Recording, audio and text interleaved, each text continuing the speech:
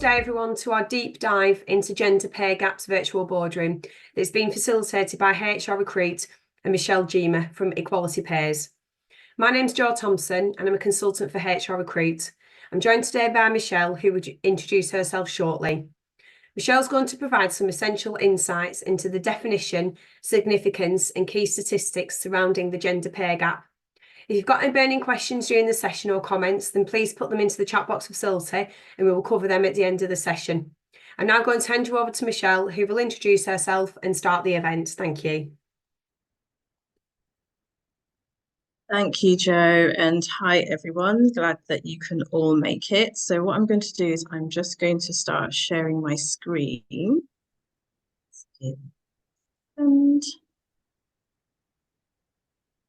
And then if you could just let me know that you can see this.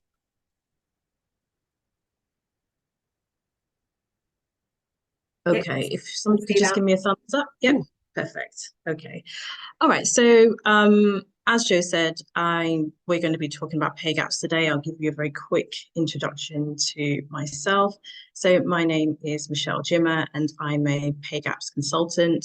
I'm from the UK, but I'm currently based in Valencia, but I work with a lot of UK organisations. And the main remit of my work is to help organisations understand and make sense of the pay gap data, because I know that at first glance it can be very confusing and can be quite daunting, especially given the public nature and the interest in pay gaps. So I work with organisations to help them make sense of what the data is telling them and then to help them create strategies that work for them. So in today's session, we're going to be talking about pay gaps and going to be sharing some insights that I have gained from working with organizations. And the idea is to be able to give you some kind of like foundational pieces, as it were, to help you understand your pay gap data. And I think it'll be especially useful for those of you that are maybe new to this or are going to be reporting on the pay gap in the near future. So the way that I usually like to start these sessions is to really focus on the definition of the gender pay gap, because I think for a lot of people there is actually quite a bit of confusion. So even though we have had pay gap reporting since 2017, there's still quite a bit of confusion as to what it is. So I'm going to start with what it isn't. And the reason why I'm starting with that is because lots of people think they know what a pay gap is, and what they're actually talking about is equal pay. So when you ask people what's a gender pay gap, what's a pay gap about, most people will say, oh, it's to do with fair pay between men and women and ensuring that they are paid the same and that there's no discrimination based on gender or anything else. But that is actually equal pay that people are describing. So that is focusing when you have one man and one woman and they're doing the same role, and you're looking to check that they are being paid equally based on the skills that they have. So that is what equal pay is. And when we talk about equal pay, it's not just about the basic pay, it also includes some of the things that I have on the slide. So anything that makes up your pay package. So it'd be looking at, company cars, it would be looking at sick pay, bonuses, overtime rates, etc. So that's what equal pay is. The gender pay gap is actually something different, because what the gender pay gap does is that it looks at the average differences between men and women. So thinking back to your kind of lessons in maths, obviously there are different ways of calculating averages, and the way that the legislation is set out is that it tells organizations that have to report on their pay gap, so those that have 250 employees or more, it sets out very specifically in the regulations what calculations you have to put out into the public domain every single year. So if you were to look at an organization's pay gap report, you will see that there are several different calculations, but the calculations that most people kind of make a beeline for and look at initially are the mean average and the median average. And so what the pay gap is measuring is not the difference in earnings between men and women to look for fairness between a man and woman doing the same role. What it's measuring is simply the average. So adding up all of the hourly rates, the men in the organization, adding up the hourly rates of women in the organization, and then doing that calculation to see what the difference is. So in the picture on the screen, in the example here, so we see that there's a 13.5% pay gap between men and women, because women on average are earning less than men. So that is the difference between the two. So equal pay is looking at two specific people doing the same role and ensuring or looking for to ensure that they're being paid equally based on their skill set and the roles that they're doing. Whereas the gender pay gap looks at the averages between men and women within the organization. So now that we know that the gender pay gap isn't equal pay, we have to take a step back and ask ourselves, well, what actually contributes to the gender pay gap? And so, if you were to go and Google this, you'll find lots and lots of information of, what that looks. But here, I'm just going to go through a couple of the kind of main recurring points that you will find if you were to go and do this research. So the main thing is that we see that when it comes to senior roles within organizations, and this is the same across all sectors, we see that there are usually more men within senior roles. So the question you need to ask yourself, why is that? And it's not to do with women's capability, that they're not good enough for those roles. But often, if you were to look deeper, it will be about systemic bias. And that can show up in lots and lots of different ways. And so one of the ways in which it can show up, it can be that there's lack of flexibility for senior roles. And so women are in a position where maybe they feel that they can't take the role because they've got other responsibilities, etc. The issue of the lack of pay transparency is a key factor, especially when we see adverts where the job role will say something like, competitive salary. And so there are issues around the fact that maybe women won't ask for the higher salary, or they experience more pushback from recruiters when they do. And then there's the issue around, part-time work often being synonymous with lower paid roles as well.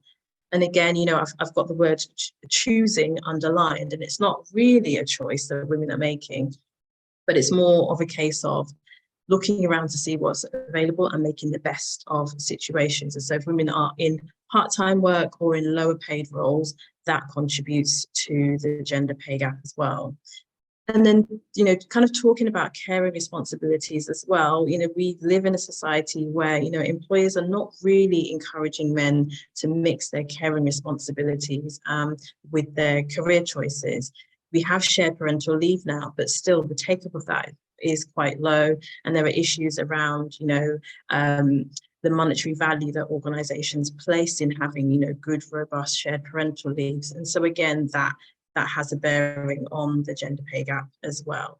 So like I said, if you were to go and Google, you would find lots and lots of kind of different reasons as to why, but the ones that I've just put on the slide, I would say are the kind of main contributors to that. And at this point, I think it's important to state that when we talk about pay gaps, a lot of the conversation is focused just on gender, but there are other pay gaps as well. We talk about gender because there's legislation that organizations have to adhere to if they fall into that bracket. But we also know that there is growing evidence to talk about the fact that we need to be looking at ethnicity pay gaps and disability pay gaps. So at the moment, those two things are not mandatory, but there are some organizations that do publish this data.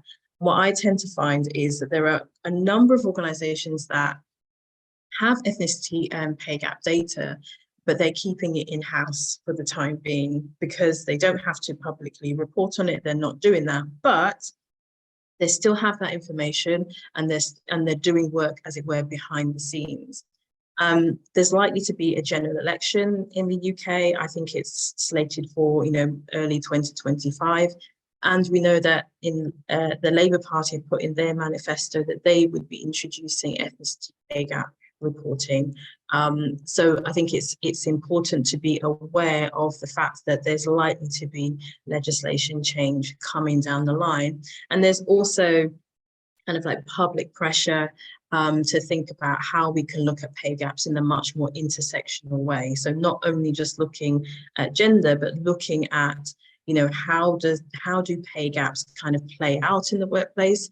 If you were to think about how you could look at, say, for example, the career experience of, a Black woman that has a disability versus a Black woman that doesn't. So this is something for you to think about. So you might just be in that space of knowing about gender pay gaps, but there are other pay gaps to be mindful of as well.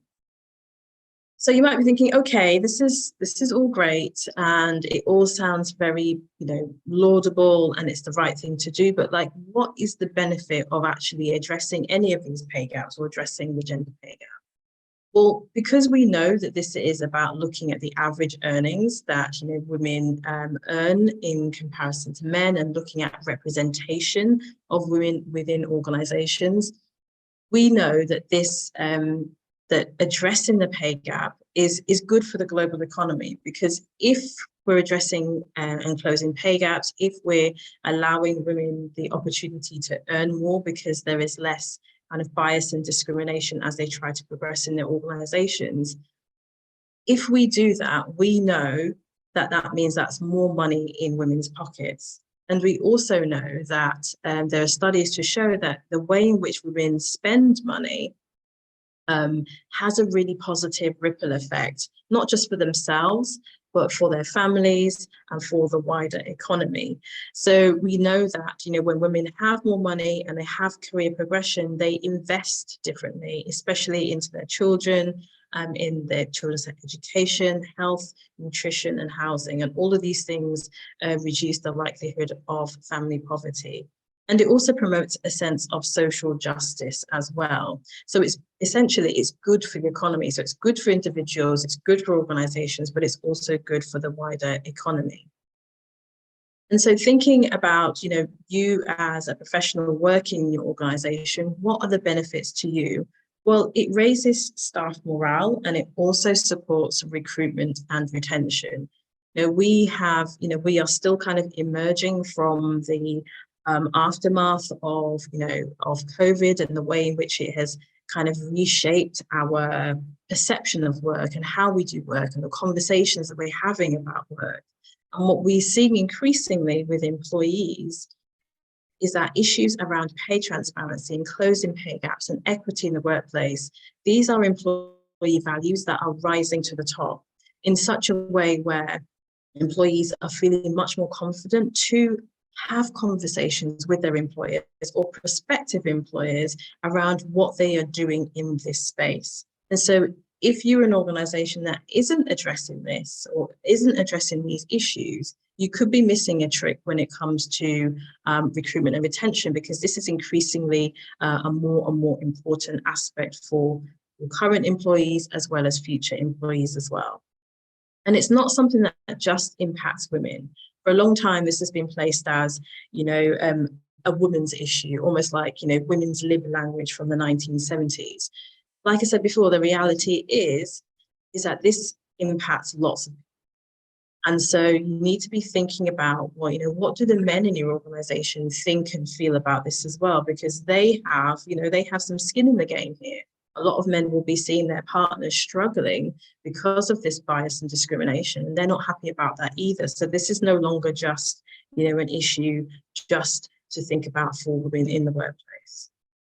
And like I said before, it improves your ability to hire the best talent, because employees are actively looking for organizations who are taking this seriously, taking action and being very open about the action that they're taking. It gives them the sense that if they were to decide to choose you as an employer, they are entering into a fairer workplace. And this is something that is really important to new candidates. So I want to talk to you now about some of the things that I have been picking up from the organizations that I work with. And it's almost like, I don't want to say the dark side of the gender pay gap, but it's the things that people don't really talk about very much when it comes to addressing pay gaps. And the first thing is that metrics matter, but only within the right context. So what I see is a lot of organizations will set themselves, lofty targets of reducing their pay gap by X% by X date, but there hasn't been much thought given to what their data consists of. So how did they get to that pay gap figure in the first place? And what are the nuts and bolts, the things that really need to change in order for them to meet the goals that they have set themselves? What I see is a lot of organizations, having these really lofty goals, but no plan behind how they got to where they are and what it is that they need to do differently to reach the goals that they've set. And when I talk about the right context, what I mean is that you have to understand the kind of nuts and bolts of what your pay gap looks like. So there are things that impact your pay gap. So, and I will talk about this a bit more in the next slide, but the sector that you're in, the size of your organization, where you're based in the country, all of these things will have a bearing on why you have the pay gap that you have. So when you're thinking about setting aspirations and goals and metrics, you really need to be mindful of ensuring that you understand the context in which your data comes from so that you can make the right choices when it comes to deciding what your action plan looks like and what your targets are. Another thing to remember is that your pay gap figure is actually very, very powerful. And I remember that when I used to work at the Equality and Human Rights Commission, when there was conversations about this becoming legislation, there was quite a lot of fear amongst business representatives and associations. And the fear is that people will be able to take that pay gap figure and make assumptions about an organization. And, looking back, 6 or 7 years later, this is actually where we are. And it's a single metric that seems to determine if you're a good employer for women, if you pay women fairly, and why women should or shouldn't work for you. So it's important for you to kind of recognize the power that this pay gap figure has, and to think about how you can build your own narrative around the data that you have. Because there will be some people that will take that headline figure and make assumptions, but equally there will also be people that will look at that figure, but they'll also be looking to you for the narrative around that figure so that they can get a better understanding of what the data is truly telling them about your organization. And so with that, I think it's really important to share this point. And I find that when I talk to organizations, they come to this realization after a couple of years of trying all sorts of innovation to address their gender pay gap. And it's the point of that you can't control it all. Now, your pay gap figure is actually quite a vulnerable one. And it can be subject to change, external changes that are happening, as well as internal changes that are happening. So because the way in which pay gap reporting works is that it's a snapshot. So the data is calculated on a specific date, the same date every single year. But if you were to calculate your pay gap, say 3 or 4 times a year, you might find that there's some fluctuations and there's some changes because your organization is never static, it never stays still, and it's vulnerable to changes. So those changes could be mergers and acquisitions. So if you are acquired by someone else, if you merge with another organization, whatever pay gap issues they have, you're taking them on. And that could be, a good change or it could be a bad change.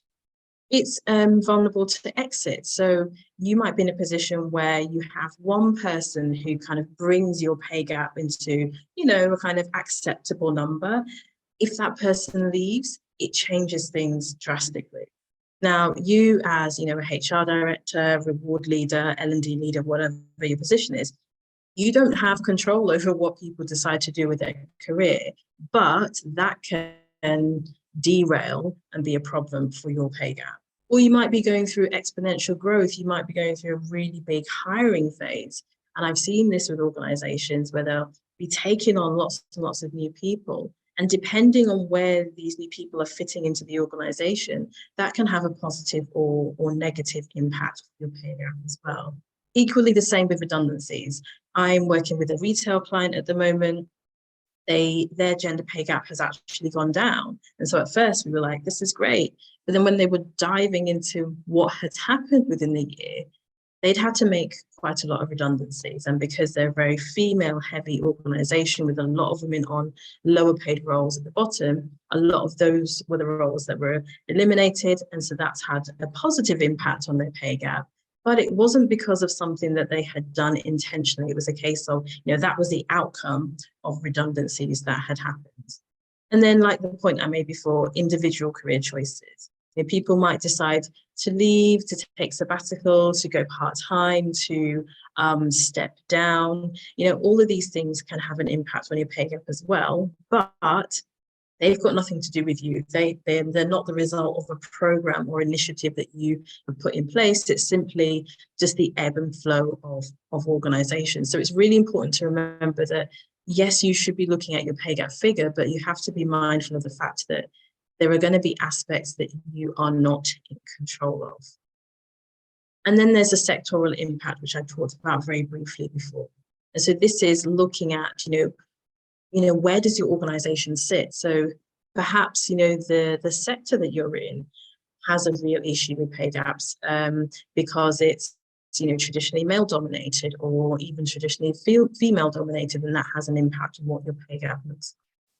I've worked with organizations who are very, the organizations are very, very old and have a very traditional way of doing business, and they're trying to kind of navigate and play catch up with, the modern workforce and, expectations.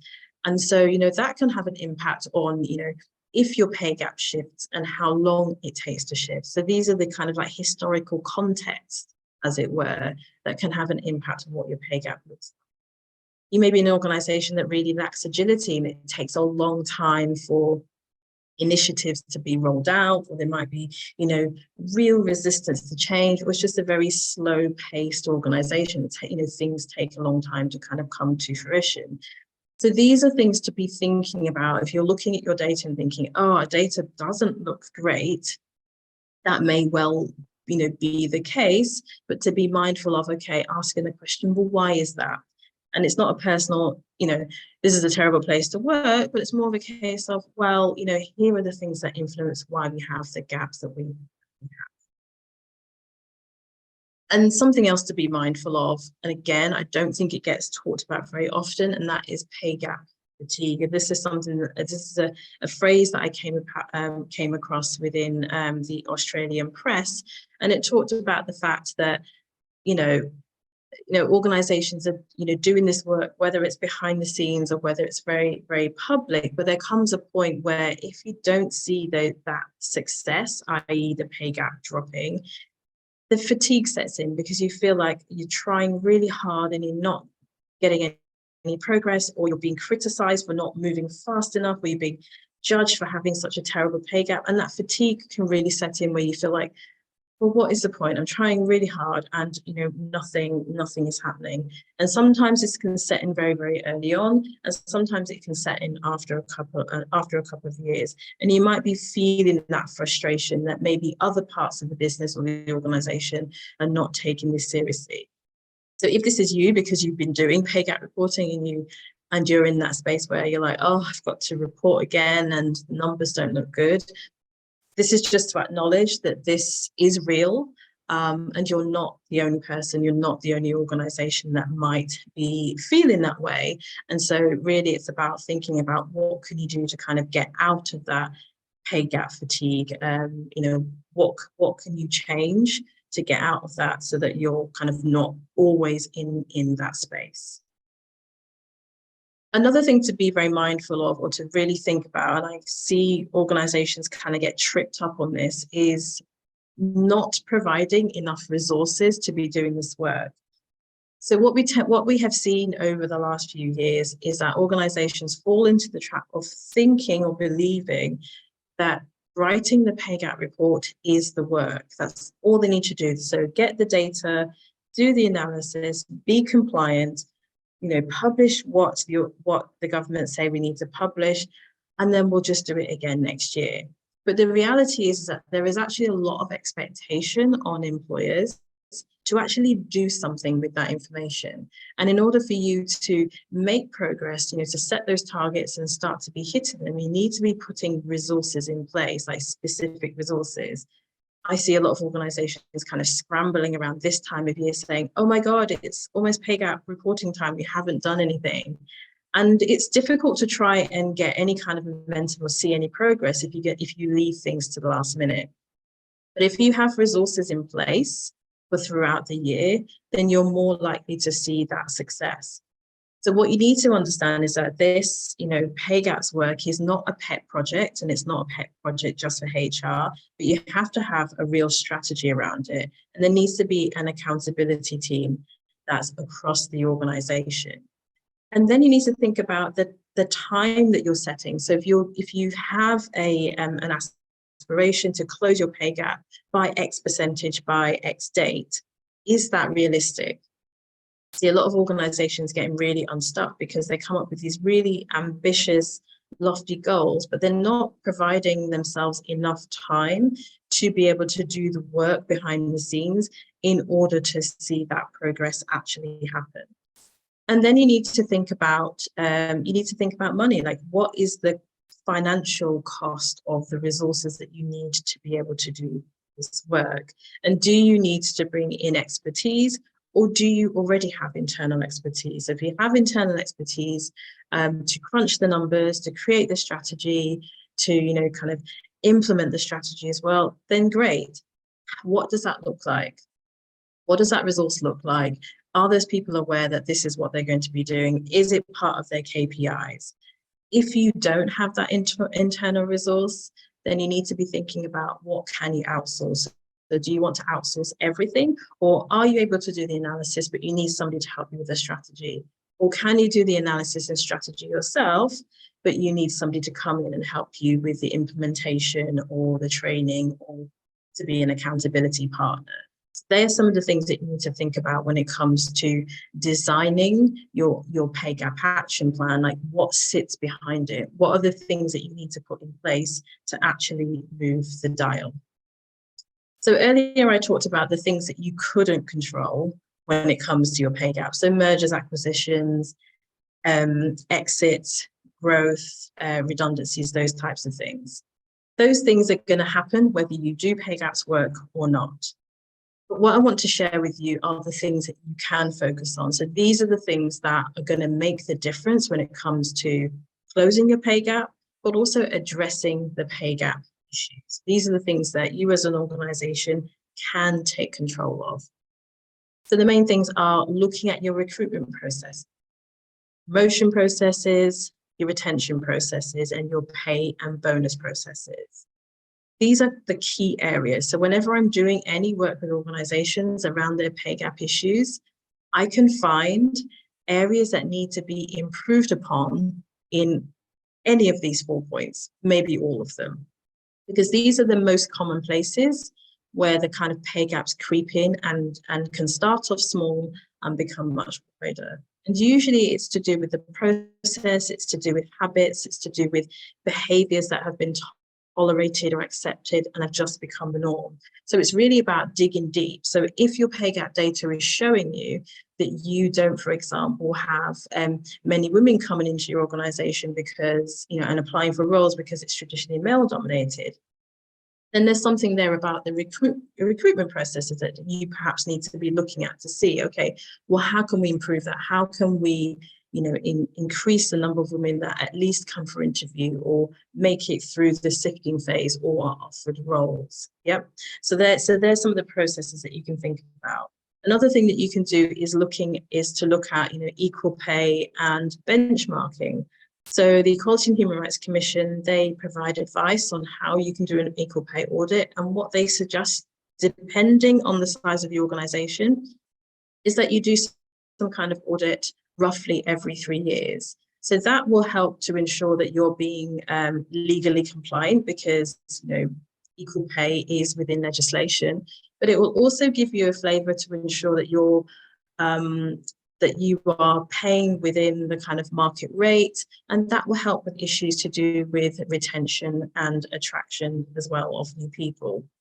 And then obviously all of this is about workplace culture. When we talk about pay gap reporting, we're talking about, what does representation look like? But what does your workplace culture look like? What is career progression like for people within your organization, whether they are a man, whether they're a woman, whether they're from an ethnic minority or not. So what does a workplace culture look like? These are the areas that you can focus on. And these are the areas that your pay gap data will be giving you clues that you need to work within your organization. And so what do we see the impact of pay gap reporting has been over the last 6 or 7 years? Now, if you were to listen to the headlines, they may tell you that there hasn't been much progress if we were just looking at the pay gap figures. But there are different ways to measure progress, and there are different ways in which to measure success. And what I believe is that pay gap, anything to do with pay gaps, was very much a niche topic, very much a topic that was, behind closed doors. Very few people talked about it, and it was only the brave few people that would mention it. But it's moved from that to now being a mainstream topic, something that is talked about a lot, and there's lots of expectation around what organizations are doing in this space. And that has focused employer attention. It's very much what gets measured gets improved, isn't it? And so, the fact that you're here today, taking time out of your busy workload, means that this has grabbed your attention because this is important to you in your organization in some way, shape, or form. And the ripple effect of that is that it's become important to members of the public. It's important to your investors, your stakeholders, and your partners as well. And so I want to quickly wrap up and give you a couple of examples of what other organizations have achieved in this space. So like I said before, your pay gap figure is your pay gap figure. And, there are lots and lots of reasons why you have that. Some of those things are out of your control, and some of those things are within your control. But I want to share with you a couple of examples of other forms of success that you can look for when you're doing this work.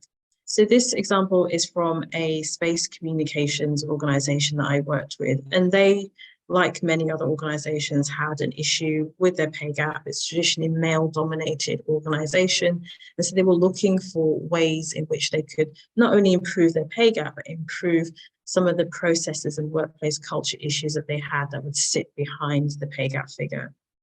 So after working together, these are some of the results that we managed to achieve. So we saw a 15% increase in female promotions.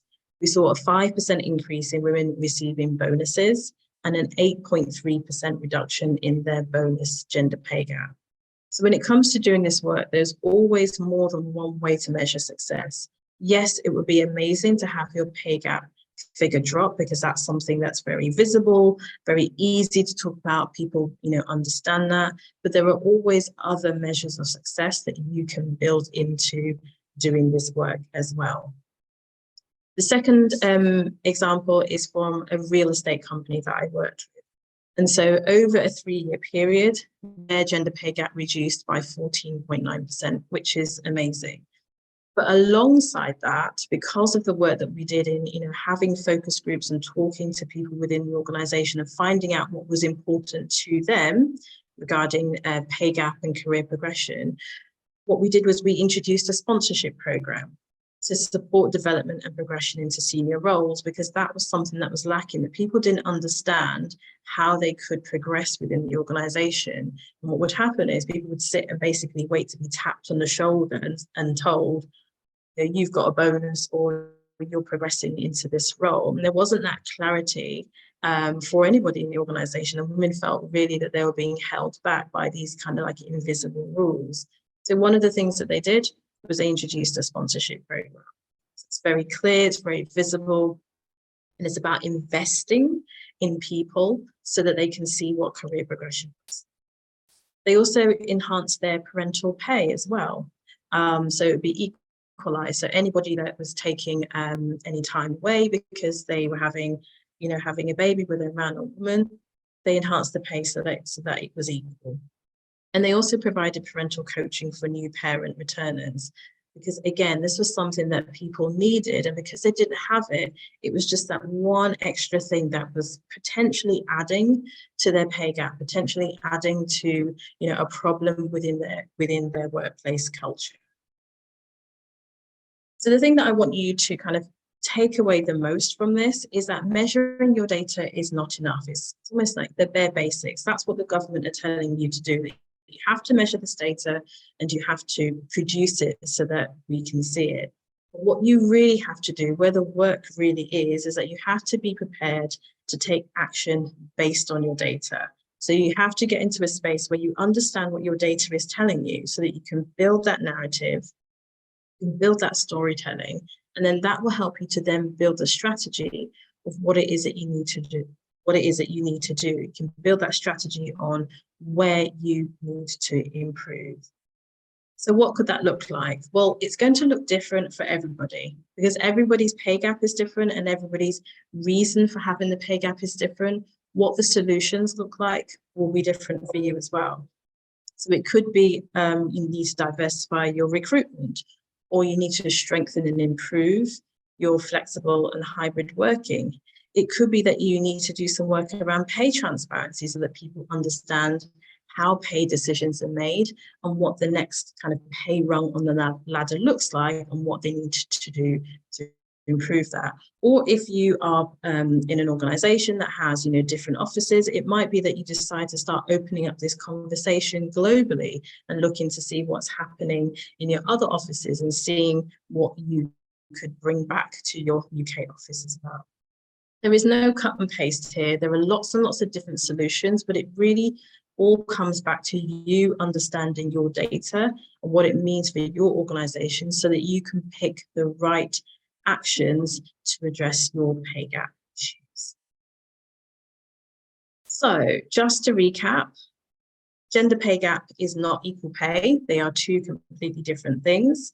There are external factors that could impact your pay gap figure, so be mindful of them. I don't want you beating yourself up if your pay gap figures are not shifting as fast as you like, because there are always going to be external factors that you don't have control over.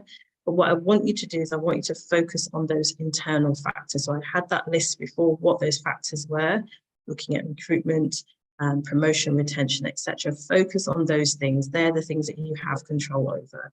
But also be aware of the challenges that you might face, whether it's from people internally not understanding it, or, you know, things being, you know, moving very slowly, you know, that you're going to face challenges along the way. So be mindful. It's not going to be a linear journey where it's super easy and your pay gap is really bad and then you just move forward onwards all of the time. There's going to be some bumps in the road.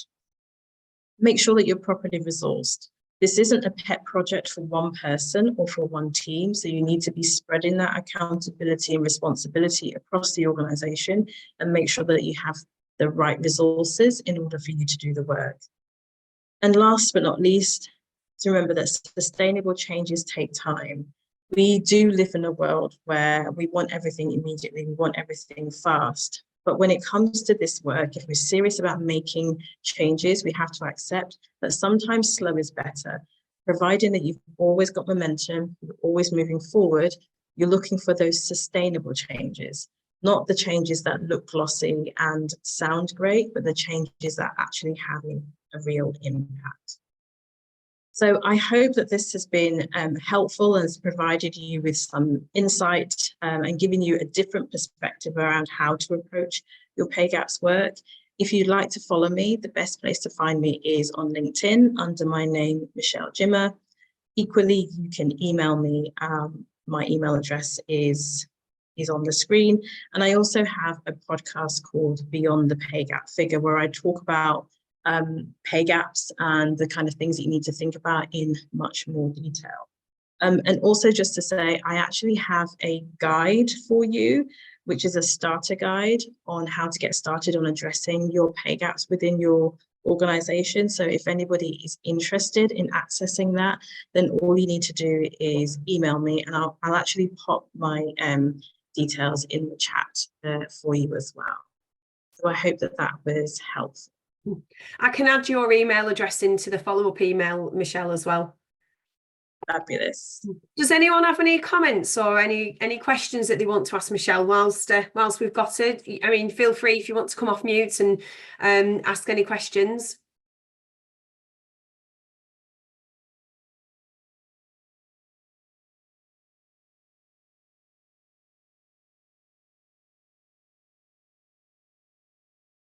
No, there's nothing in there. No. Okay, I'll just do the close. So I will send out some correspondence to everyone that signed up for the event this afternoon, and I will put a post on LinkedIn with details about how you can access a copy of the recording and or the slides. Our next event is this Thursday at 12:30, and it's called Are You on Your Way to Burnout? Details about how to sign up for this will be included in the email. We'll also send out a short questionnaire to everyone that signed up for the event, just asking for your feedback. So if you do have a couple of minutes to complete it, then your feedback would be much appreciated. If anyone's recruiting, we've got accountancy recruit, FD recruit, and exec recruit in the group. But otherwise, I'd just like to say a massive thanks to Michelle for your time and effort in putting the session together. I think you'll see from the comments that everyone's thought it was a really interesting session, and I'm sure everyone's taken a lot away from it. But also, thanks very much to everybody for signing in. Thanks very much.